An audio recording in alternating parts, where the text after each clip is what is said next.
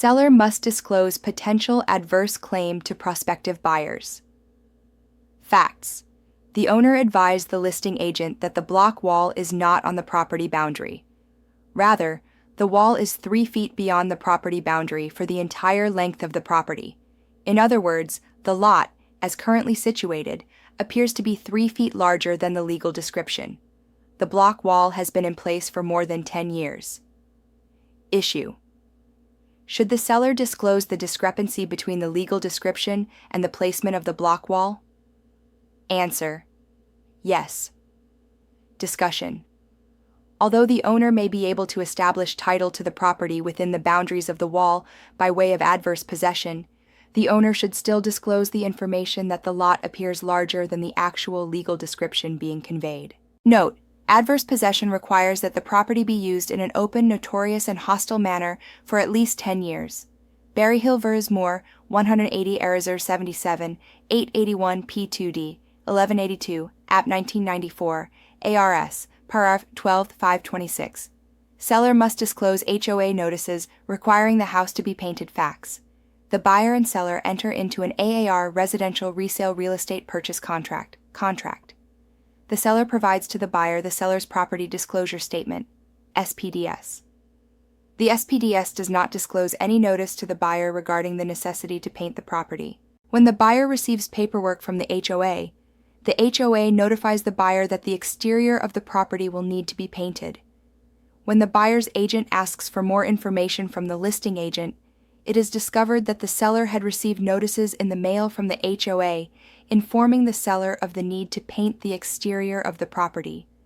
The seller states the seller was under no obligation to disclose this to the buyer, as it was none of the buyer's business. Issue.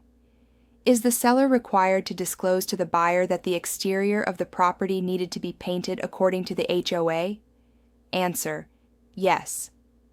Discussion. A seller must disclose known material facts. See Hill v. Jones, 151 Arizona 81, 85, 725 P2D, 1115, 1119, Apper 1986. A fact is material if it is one to which a reasonable buyer would attach importance in making a decision as to the consideration to be paid for the property. Idari. Since the buyer would be required to paint the property immediately and at their own expense, the information should have been disclosed to the buyer. As such, the seller should update the SPDS. Seller may be liable for lawn damage due to pearl scale insect issue. In the summer of 2006, the seller's Bermuda grass lawn had some brown spots. The landscaping company treated the brown spots at a cost of $75. The seller did not disclose these brown spots or the treatment in the SPDS. When the buyer purchased the home, the winter lawn was in excellent condition. The brown spots are now again in the Bermuda grass lawn, and the problem has been diagnosed as being caused by pearl scale insects. The treatment will take at least 2 years and will cost approximately $2,500–$3,000. Is the seller liable to the buyer for the failure to disclose this pearl scale insect problem? Answer. Brown spots in a Bermuda grass lawn are probably not a material fact requiring disclosure. Any treatment taking at least 2 years at a cost of $2,500–$3,000 is a material fact, however, and requires disclosure by the seller of these brown spots due to the pearl scale insect.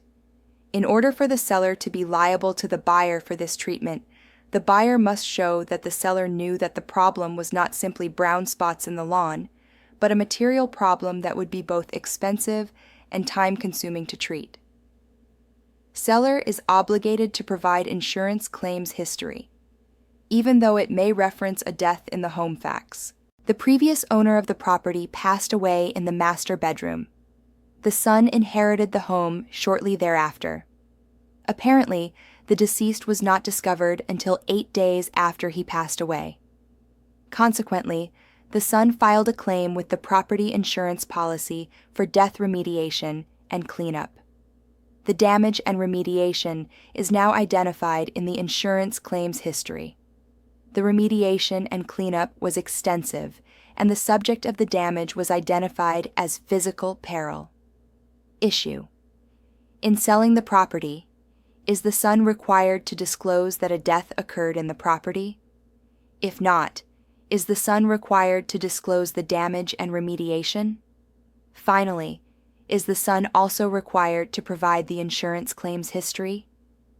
Answer. Pursuant to ARS, paragraph 32-2156, a seller and broker are not required to disclose that the property was the site of a natural death, suicide, or homicide.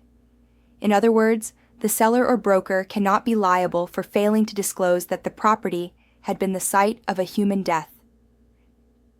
In this case, the father passed away naturally in the master bedroom of the property. As such, the son and/or the broker are not required to disclose this fact to a potential buyer. With respect to the insurance claims history, Section 4B of the purchase contract provides, in pertinent part, the seller must provide to the buyer a 5-year insurance claims history. In this case, the son is contractually obligated to provide the insurance claims history.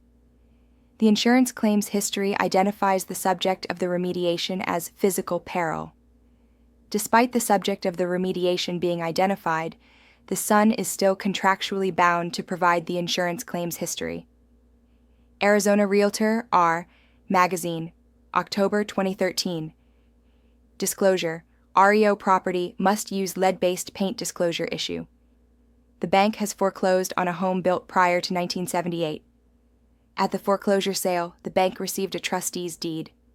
The bank has now entered into a contract to sell the home, but does not want to use the lead-based paint disclosure forms.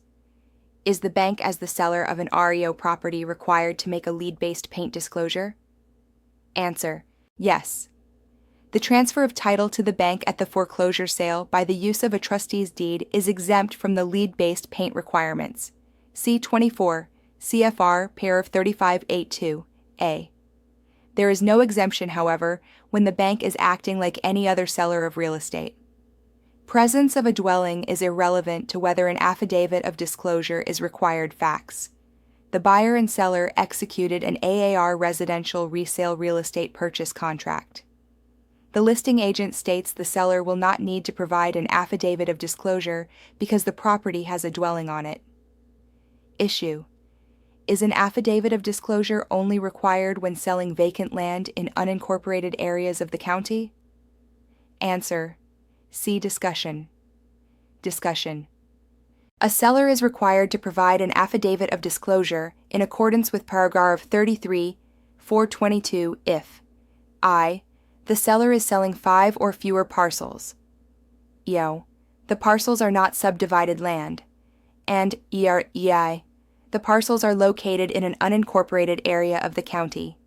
The statute does not require the land to be vacant, raw land. If the property is unsubdivided and in an unincorporated area of the county, then an affidavit of disclosure is required by statute.